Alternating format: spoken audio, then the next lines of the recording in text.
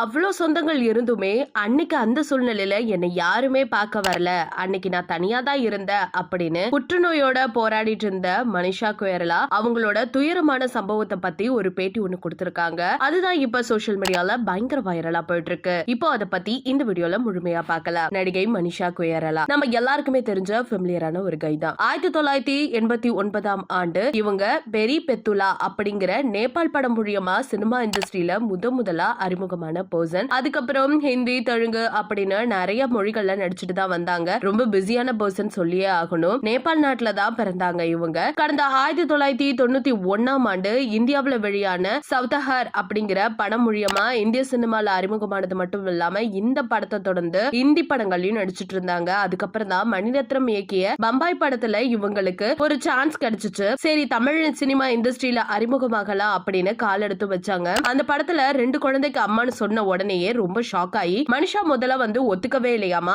இல்ல, அதெல்லாம் எனக்கு செட் ஆகாதுன்னு சொல்லிட்டாங்க. அதுக்கப்புறம் மணிரத்னத்தோட சக்சஸ் ஆன வே எல்லாத்தையும் சொல்லும் பொழுது சரி ஓகே அப்படிங்கிற மாதிரி சம்மதிச்சிட்டாங்களாமா. அதன் பிறகு முதல்வன், உயிரே, இந்தியன், ஆளவந்தான்ங்கிற படங்கள்லாம் நடிச்சு எல்லாமே நிறைய ஹிட்டும் அடிச்சுச்சு. அதுக்கப்புறம் இவங்களுக்குன்னு ஒரு இடத்த நம்ம தமிழ் சினிமா இண்டஸ்ட்ரியில எடுத்துக்கிட்டாங்க. தமிழ்ல ரொம்ப பிரபலமான நடிகை அப்படின்னு சொல்லியே ஆகணும். தமிழ், இந்தி, தெலுங்குன்னு சொல்லிட்டு அடுத்தடுத்து இவங்க நடிச்ச படங்கள் எல்லாமே ஓரளவு நல்லாதான் இருந்துச்சு. அதுக்கப்புறம் Facebook மூலமா நண்பரா இருந்த ஒரு பர்சனை காதலிச்சு திருமணம் பண்ணிக்கிட்டாங்க. ஆனா ரொம்ப நாள் அவங்க வாழ்க்கை போகவே இல்ல, பாதியிலேயே அப்படியே முறிஞ்சிருச்சு. இதனால பயங்கரமான ஸ்ட்ரெஸ்க்கும் டிப்ரெஷனுக்கும் ஆளானவங்களுக்கு அப்பதான் தெரிய வந்துச்சு அவங்க கேன்சர்ல பாதிக்கப்பட்டிருக்காங்கன்னு சொல்லிட்டு அதுக்கான ட்ரீட்மெண்ட்டும் ஒரு வழியா எடுத்துக்கிட்டு தான் இருந்தாங்க. அப்ப அந்த சிச்சுவேஷன்லயும் நிறைய படங்களும் நடிச்சுட்டு தான் இருந்தாங்க. அந்த நேரத்துல நான் அனுபவிச்ச கஷ்டத்தை எல்லாம் சொல்றேங்கிற மாதிரி ஒரு பேட்டியில சொல்லியிருக்காங்க.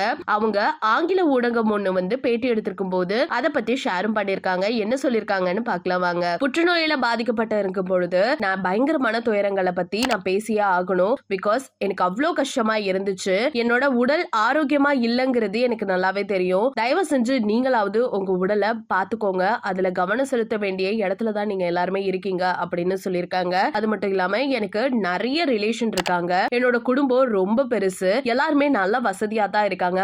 ஆனா நான் கேன்சர்ல பாதிக்கப்பட்டேன் அப்படின்னு சொல்லும் பொழுது என்கிட்ட யாருமே இல்ல. முக்கியமா என் ஃப்ரெண்ட்ஸ் கூட இல்ல. அப்பெல்லாம் என்னோட இருந்தது என்னோட பேரண்ட்ஸ், என்னோட சிஸ்டர்ஸ், பிரதர்ஸ், அவங்க மட்டும் தான். நான் புற்றுநோயில பாதிக்கப்பட்டுட்டேன் அப்படின்னு பல விஷயங்கள் எனக்கு கண் முன்னாடியே நடந்துச்சு. ரொம்ப கஷ்டமா இருந்துச்சு. நோய் பாதிப்புக்கு முன்னாடி இருந்தது போல என்னால இப்ப இருக்க முடியல. என்னால நார்மலா கூட ஒரு வேலையை செய்ய முடியாது. ரொம்பவே கஷ்டமா இருக்கும். மன அழுத்தத்தோட தான் இன்னைக்கும் இருக்கேன். அதே வலி வேதனையோட தான் சில வேலைகளையும் பார்த்துட்டு இருக்கேன் அப்படின்னு மனிஷா கொய்ராலா இப்ப பேட்டியில சொல்லிருக்க இந்த ஒரு விஷயம் பயங்கர வைரலா போயிட்டு இருக்கு. நம்ம எல்லாருக்குமே தெரியும், காசு இருக்கும் ஆனா நம்ம கூட உறவினர்கள் இருக்க மாட்டாங்க. அதுவும் நமக்கு உடல்நிலை சரியில்லை அப்படின்னா அதை பத்தி தான் மனிஷா கொய்ராலா ரொம்பவே உருக்கமா சொல்லியிருக்காங்க. நீங்க இத பத்தி என்ன நினைக்கிறீங்க? அந்த காசும் இல்லாம போயிருந்தா இன்னைக்கு அவங்களோட நிலைமை எப்படி இருந்திருக்கும்? நீங்க இவங்களை மிஸ் பண்றீங்களா? இவங்க நடிச்ச படங்கள்ல எது உங்களுக்கு ரொம்ப பிடிக்கும் அப்படிங்கறத மறக்காம நம்ம கமெண்ட் செக்ஷன்ல ஷேர் பண்ணிக்கோங்க. இது போல அப்டேட்ஸ் உடனுக்குடனே தெரிஞ்சுக்கணும்னா நம்ம சேனலை சப்ஸ்கிரைப் பண்ணி வச்சுக்கோங்க.